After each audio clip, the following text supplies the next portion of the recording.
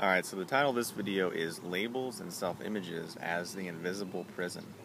But first I want to show you just the nice view that I have here, hanging out at the park, sitting here on this nice bench, enjoying the nice weather on my iPad, and I just wanted to make this video. So if the angle gets weird or anything like that, it's because I'm holding my iPad.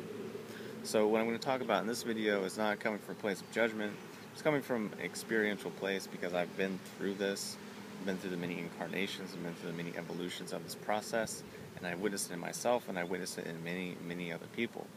So with labels and with self-images, typically what happens is we have a point in our lives where we don't feel like we really belong, or we don't feel like we have a group or a clan or a place to belong.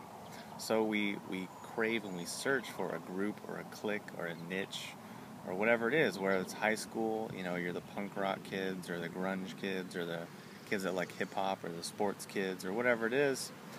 Really, that mentality never left. You think, oh, I'm not in high school, I'm not in college anymore, that stuff's stupid. But in reality, we're still plagued by it. Humans are still doing it for their whole lives and never even knowing it. So I'm not saying it's good or bad, I'm saying that it's inherently limiting. It can cause a lot of self-conflict and a lot of discord and disharmony in your life. So how this typically plays out is we're looking for some sort of place to belong, so we find a group. We say, oh, this is the group, this is the thing. But then what happens after a while, we just go to the next group. We say, oh, well, that group, they're stupid, they didn't really get it. But this group, they really get it. This is really where it's at. This is the cutting edge, or this is whatever. And then the next group, okay, then same process, just continually jumping from one group to group and not really addressing the root cause, not addressing the underlying condition and cause. So some examples of this would be, people who go on the diet trip. So someone, and you've probably seen this if you're watching this video, you see people who, oh, I'm vegetarian. Oh, this vegetarian thing has changed my life. It's amazing. Oh, now I'm vegan. Vegetarians, it's just not cool. Vegan's really where it's at. Oh, now I'm raw vegan. Now I only eat plants. I only eat raw plants. This is awesome. I'm going to have some sort of raw pun on my name. I'm going to really build that into my character, really identify with that. But those vegans and vegetarians, they're not really cool. They don't really get it. But then another evolution of that, people who are raw vegans, like, oh, now they eat meat again, or now they're paleo, or now they're caveman diet, or now they're this, or now they're that. And it's the same process of them saying, oh, well, this is really where it's at, but over there, no, they don't really get it. But in reality, it's the same process of, oh, I need a label, I need a group, I need a self-image to hold on to define me because I'm insecure, because I can't just exist as a person. I need this group or this clan to tell me, how to think or how to eat or how to breathe, whatever. So there's one example. Second example would be, the quote spiritual person, whether they're religious or spiritual or anything in between, Christian, Buddhist, Muslim, Hindu, yoga person, whatever. What that does is it creates a box.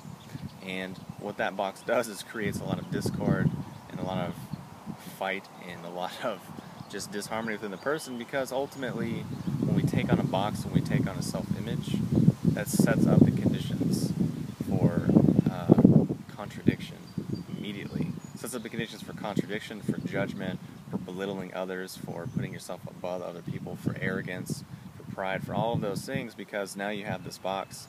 I'm in the box, so I'm better than the people that are outside of the box. Whether you're saying, oh, I'm enlightened or I'm conscious, but other people aren't. Or I only eat this, they eat that, just whatever it is. Or I'm saved, I love Jesus, but they don't, they're going to hell. Whatever it is, you're basically saying, I'm good because I do this, everyone else is bad because they don't do that. And that creates a lot of problems, a lot of contradictions. The third example I'm going to use is kind of the nice person label. So someone thinks, oh, well, I'm a nice person, I could never be mean, I could never say anything unkind to anyone else. But in actuality, in certain situations, that's an entirely appropriate response.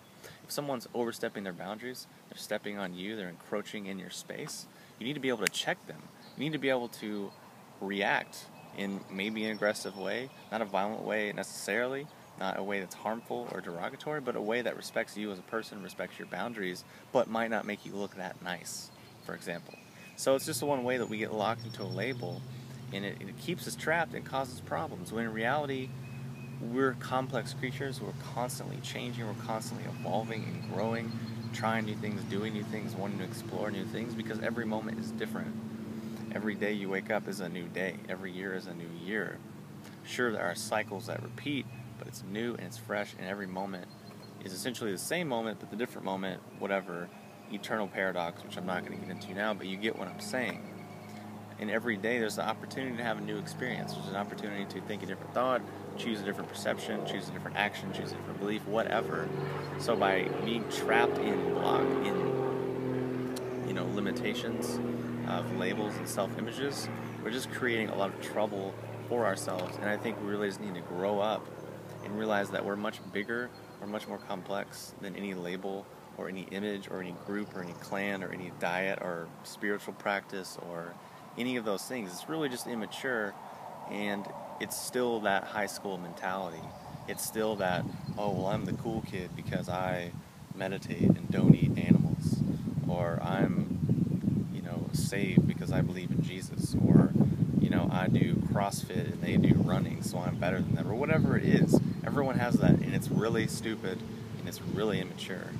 We're all on our own path. We're all trying different things. We're all trying to do the same thing. Basically, we all just want happiness and fulfillment in our lives, and we're just trying to find it in different ways.